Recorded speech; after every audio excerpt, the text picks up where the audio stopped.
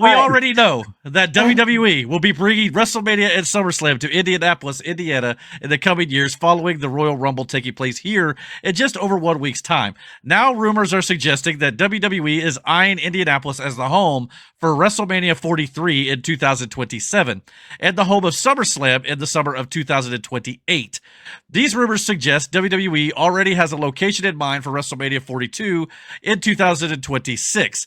So if they're not coming back here till 2027, I'm perfectly okay with that because it gives me a little more time to save some more money.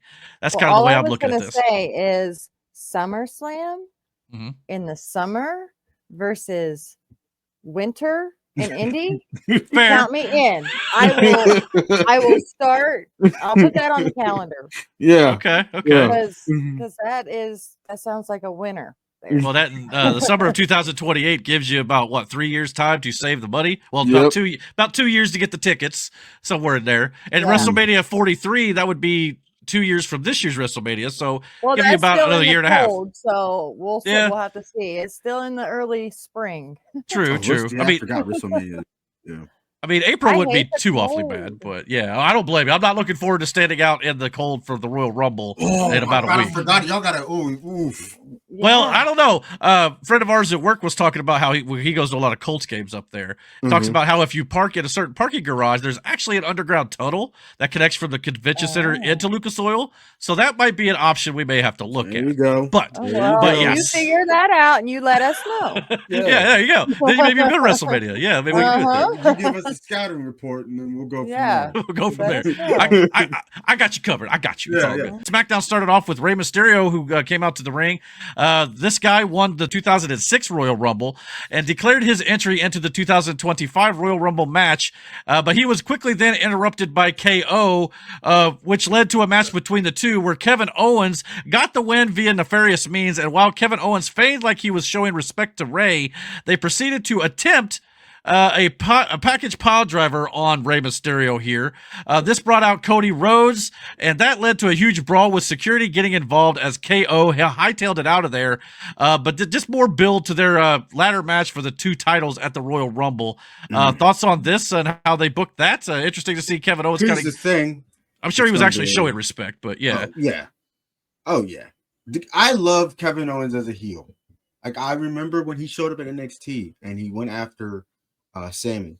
The first time Sami took that power bomb on the apron from the outside, I was like, dude, Kevin Owens is so believable as a heel because of his character. You know what I'm saying? Yeah, I don't like Kevin Owens as a heel because, like, he looks mean. But that's the thing. His whole mantra when he first started was, and still continues to be, fight Owens, fight. He's a prize fighter. So, like, him going out there and doing stuff like this, or even him turning heel the way he turned heel, it all fits for Kevin. And Cody's the ultimate underdog. I told you this before. Like, yeah, it was cool having him win that title, but Cody is at his best when he's chasing after that belt. And if you give him a heel that he can chase after, i.e. Cody or Kevin Owens, it's magic. And the build to this match is going to be great. Or is going great. It is kind of weird that Cody's the champion, but in a way, he's still chasing a title belt. Yes. In a way. I never really thought of that, but that's one way to book a baby face. I mean, okay, yes, that's new. Like, he hasn't lost his belt, but yet it seems like he's lost it. Also on SmackDown this week, Jey Uso looked to have new attire, or at least it's the first time I've seen it, and he looked to be beginning his own solo run over on SmackDown versus Carmelo Hayes. The man who don't miss seems to just keep missing on the main roster, in my opinion. I'm just not feeling Carmelo Hayes yet. He's got loads of talent, but just isn't working for me. Any thoughts on Carmelo Hayes' current main roster run? With him and Andrade was awesome. Carmelo Hayes, right, is a great hand, but he just needs a story to fall into. And I think this with Jay, or I'm sorry, I know it's not Jay, but it looks like Jay. It's not Jay. This with Jimmy could be the start of a nice story and a feud. Here's the thing that I miss about wrestling that we only got one other time in recent years is a best of match. You got one with the best of 7 with Cesaro and Sheamus, which was awesome, but that's how they became the Bar. Rightfully so, because like that was some of their best work, honestly. You got that like a mini series with Carmelo and Andrade. I would love a best of match between two really good guys in the ring. And I think Carmelo could benefit from a story like that. Now, Trick is going to be caught up here soon. There's still heat between those two. I doubt Trick will end up on Raw. There's a huge probability he'll end up on SmackDown. So I think him and Carmelo already having that familiarity with each other. Mm-hmm. And now with Trick being, he was NXT champion. Carmelo was also NXT champion. Trick won it off of Carmelo at one point, if I'm not mistaken. So I think a best of series would work great. And you could tell that story of them competing to see, you may have gotten here before me, but I'm better than you now as far as Trick goes.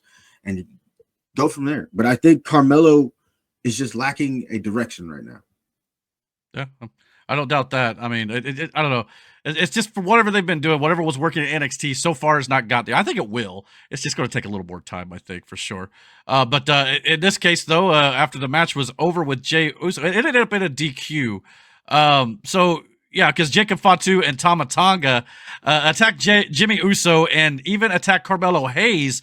This attack heralded the return of Solo Sikoa, who we have not seen since the Tribal Combat match where he fought Roman Reigns for the Ula Fala. And Solo Sikoa, who was being booed vociferously by the crowd, he came out to the ring, looked like he was going to cut a promo, but then he dropped the mic and just walked off. So, yeah, I mean, he definitely wasn't feeling us here. And Jacob Fatu wasn't feeling it either, and he happened to grab the microphone and then declare that he's just getting started personally in more of a singles role and maybe picking up more of a prominent role here with the Bloodline. So, yeah, interesting there. What are your thoughts on Jacob Fatu kind of leading, Tama Tonga and Tonga Loa if Solo is not able to continue his role, which I'm sure he will come around. If we do a 3-man GOD or a new version of the GOD with Tama Tonga, Tangaloa, and Jacob Fatu, I'm all for it. Fatu and Tonga were attacked by LA Knight and Braun Strowman during this promo, and the Samoan Werewolf and the Monster of all monsters went face-to-face before Tama Tonga pulled Jacob Fatu to safety. Braun Strowman and Jacob Fatu will officially meet at Saturday night's main event. As for Monday Night Raw, Jey Uso and Gunther cut promos on each other that ended up in a brawl, setting up their title match at Saturday night's main event. Jey Uso said that only one of them has main evented WrestleMania, and it wasn't Gunther. Also on Monday Night Raw, Sami Zayn, he also officially declared for the Royal Rumble as well. And much like he did on SmackDown, Kevin Owens also interrupted Sami Zayn, which is kind of an interesting little bit of a wrinkle there. Kevin said that he knows Sami will win the Royal Rumble, and Kevin Owens will also beat Cody Rhodes because they will main event WrestleMania together for the Winged Eagle title. Kevin Owens said he always has Sami Zayn's back, and he knows that Sami has his, insinuating maybe that Sami Zayn may help Kevin Owens beat Cody at the Royal Rumble.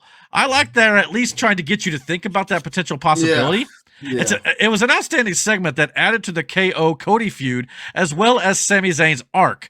Kevin Owens came off like a manipulator and a gaslighter, while Sami played the sympathetic babyface role to a T with this fantastic facial expression. So could they potentially help each other win at Royal Rumble? I mean, I don't think Kevin's going to help him win the Rumble, but maybe Sami could get coerced to help him against Cody. Mm-hmm. I mean, especially the way this show ended, which we're going to get into in just a second, kind of gives. Or he could inadvertently help KO him. Yeah, I could definitely maybe see that. That'd be a good way to take it for sure. Mm-hmm. To start out the show, Nia Jax attacked Rhea Ripley before the show even started, and then had a match with Bayley, who's officially on Monday Night Raw. She now has 2 losses just this week alone, so it sucks to be her in a way. Mm-hmm. But at the same time, you're losing to Tiffany Stratton and then the former women's champion at Nia Jax, so fine. But Nia Jax was celebrating her victory over Bayley when Rhea attacked her in the ring, and another huge brawl broke out. Seems like a lot of brawls happened on WWE television this week. I know of at least 2 included security getting involved. But at least this one ended with Rhea challenging Nia Jax to a match at Saturday night's main event, which appears to be non-title. But at the same time, these 2 ladies will probably have a good match. I know they've wrestled in the past. Mm-hmm. So, I mean, this will be a nice little bit of a battle between 2 megastars in the women's division for sure. So I have no problem with that. I don't see why she would put her title on the line. This for what? They said it about that. Like, well, yeah, I got no problem with that part of it for sure. I mean, she's the champion's challenging her, so maybe if Nia gets a win, she's going to demand a title match. I'm sure that would make sense. Yeah, that would make sense then. But yeah, for now, I mean, Rhea doesn't have to put her title on the line, but yeah, so we'll see how that goes and how that ends up playing out. We also got a promo from CM Punk saying he'll throw 29 other superstars over the top rope in the Royal Rumble. He said he'd even throw Hulk Hogan's old dusty ass over the rope.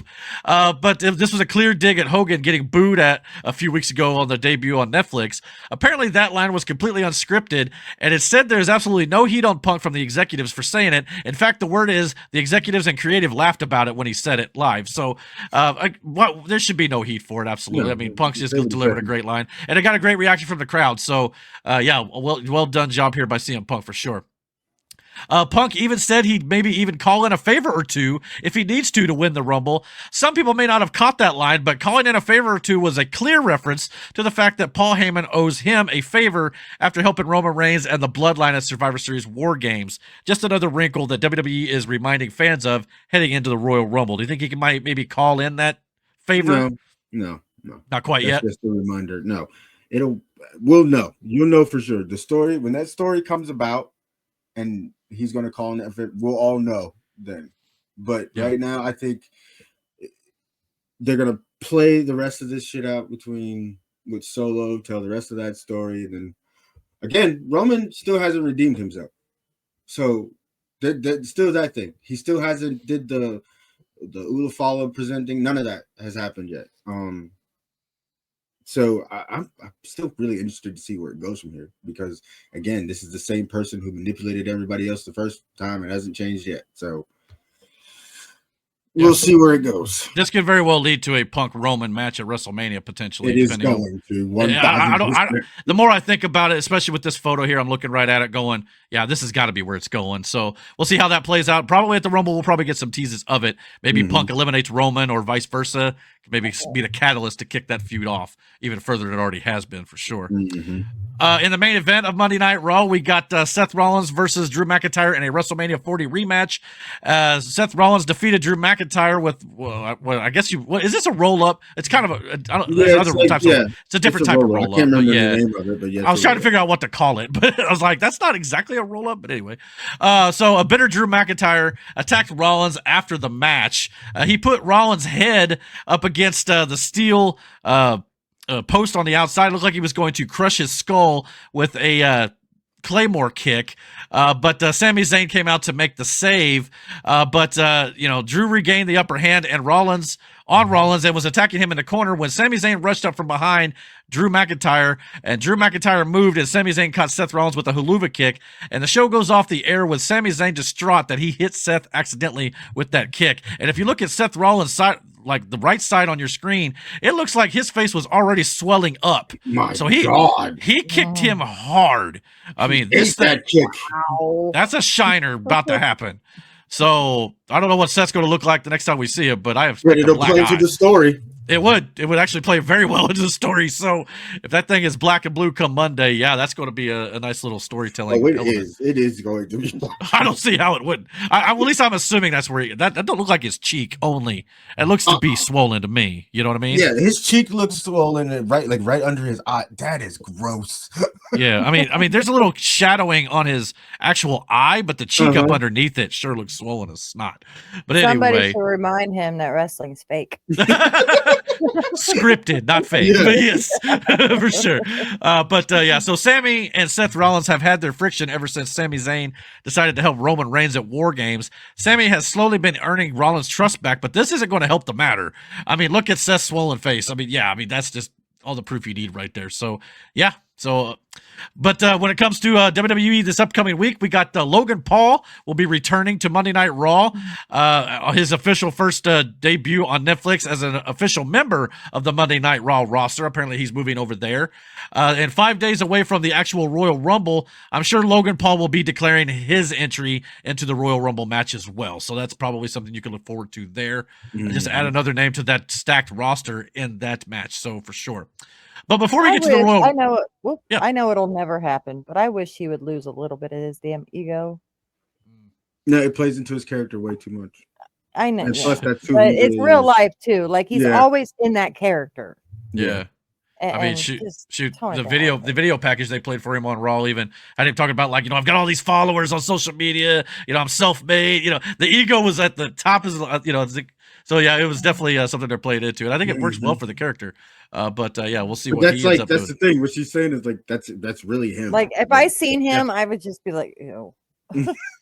Got a punchable face, but yeah, for sure, no doubt about it. Thank you for checking out this clip of the Dragon's Den podcast. If you like what you saw here, please consider checking out our live podcast almost every single Friday night here on the channel at 9:30 p.m. Eastern Standard Time. And don't forget to comment, like, and subscribe. And until our next video, guys, take care and God bless.